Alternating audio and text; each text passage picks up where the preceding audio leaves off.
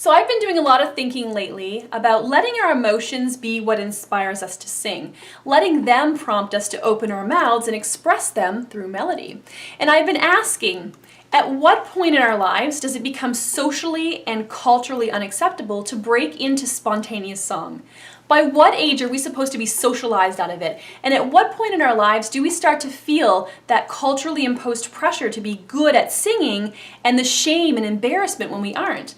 At what point did everyone else start expecting us to be good singers or to not sing at all?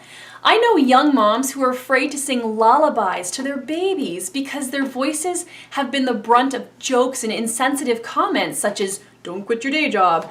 And when did we stop singing just for pleasure, just because we were inspired to break out into spontaneous song? When did we start adopting and internalizing those cultural expectations regarding our singing voices so that we became fearful of using them publicly? I'm a singing teacher, so obviously I understand and support the singer's desire to improve his or her technique. If a singer is actively performing and wants to get up on stage and perform in front of an audience, then it's perfectly reasonable for that individual to want to be the best singer that he or she can possibly be. But again, at what point in our lives do we lose that ability to accept and even appreciate a voice that maybe is not perfect but comes straight from the heart? A good example is karaoke.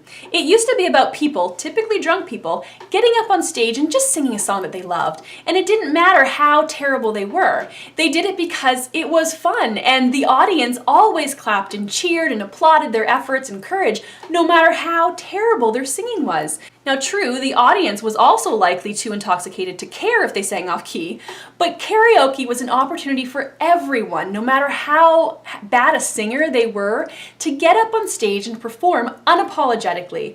Now, karaoke is about high-stakes competitions and huge prizes and sounding like a professional.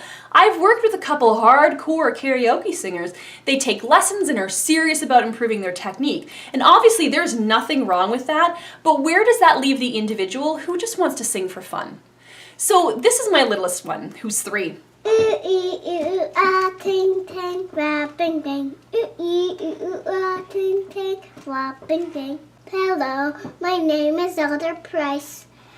It's a book about America a long, long time ago. Giants in the sky, big, tall, terrible giants in the sky. She is the most joyful person I know and the funniest person that I have ever had the pleasure of getting to know. She finds the joy and humor in everything, and she didn't inherit any of my physical features, but on the inside, she is my mini-me, and for her, life is a musical. She hears a word or a phrase and then immediately breaks out into spontaneous song and dance, kind of like her mother. In her little munchkin voice, she improvises songs singing about food and animals or whatever she sees or hears or feels. And she sings the theme songs from her favorite television shows and jingles and commercials and can finish all the vocal phrases of my musical theater songs and pop songs that I sing regularly around the house. This little girl really gets me, and there's no shame when her voice doesn't sound perfect. All she wants to do is sing, and I will absolutely never say or do anything to make her feel ashamed or embarrassed about her voice in any way. If I do, it will start her down a path of examining everything about her voice and comparing herself to others and wondering if she's good enough. I love hearing her sing, not because she has perfect technique, but because I know that when she sings, she's happy. She's singing from a place of utter joy, and that is what makes me enjoy her singing more than anything, and what gives me so much joy as a mother. And she doesn't care whether I'm having a bad vocal day. She always asks me to sing to her. Now, some singers can't remember exactly when they stopped accepting their voices and stopped using them spontaneously to express emotion. For me, I remember the specific moment in my life, the specific incident when I became self-conscious about my singing and started guarding my voice. So this reminds me a lot of the story of Adam and Eve, right? So initially they're in the garden, they're naked, they're happy, they're not even aware of their nakedness, they're just frolicking about. And then Eve takes some fruit and she takes a bite of it, and lo and behold, she is suddenly aware that she is naked. And when God starts to talk to her, she clothes herself in fig leaves out of sheer embarrassment. And that's what that moment was to me. That was my all of a sudden realizing that I was naked and vulnerable, and that it was no longer a comfortable feeling. It was no longer singing was no longer the same thing to me. So I was told to stop singing, and I did stop singing. After that night, I shut up for years. My voice started to become something that I couldn't share with anyone without fear of embarrassment and harsh criticism.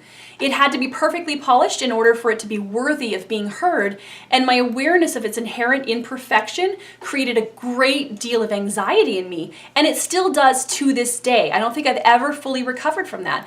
My spontaneous singing voice had been the thing that had been the most authentic, vulnerable version of me. It had been my joy, my sadness, my lightheartedness, my pensiveness, my anger, my soul. And to be told by one insensitive person, a very influential person in my life, that that vulnerable me wasn't acceptable was enough for me to completely shut down. Now, I'm not very thick-skinned, and I know I need to be thicker-skinned, but I'm not. So my voice became something that I was unwilling to share with anyone unless I was fully prepared to do so. And even then, there was still this sense of unbearable terror, a crippling fear of embarrassment and criticism at the very thought of opening my mouth. It was that one incident that caused me to lose the joy of singing and spontaneous vocal expression. So there's this little saying, dance as if no one's watching. Now, why can't we do the same thing when it comes to our singing? Sing as if no one's listening. So my challenge to you is to sing with abandon. Just because you feel the urge to sing, not because you feel like you need to, not because you're worried that if you don't practice, you'll fall behind in your training.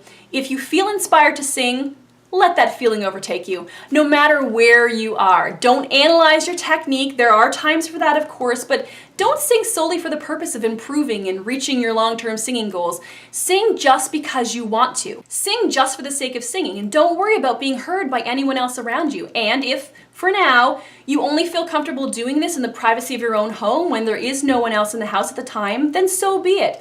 But don't let the only time that you sing be when you plan it, when you're actively practicing, taking a lesson, or performing. If the urge strikes you, don't resist it, even if you're in public. Don't wait until the timing seems right, or it's more convenient or appropriate or socially acceptable, or your singing is perfect. And take a lesson from my 3-year-old and just sing whenever that beating is in your heart.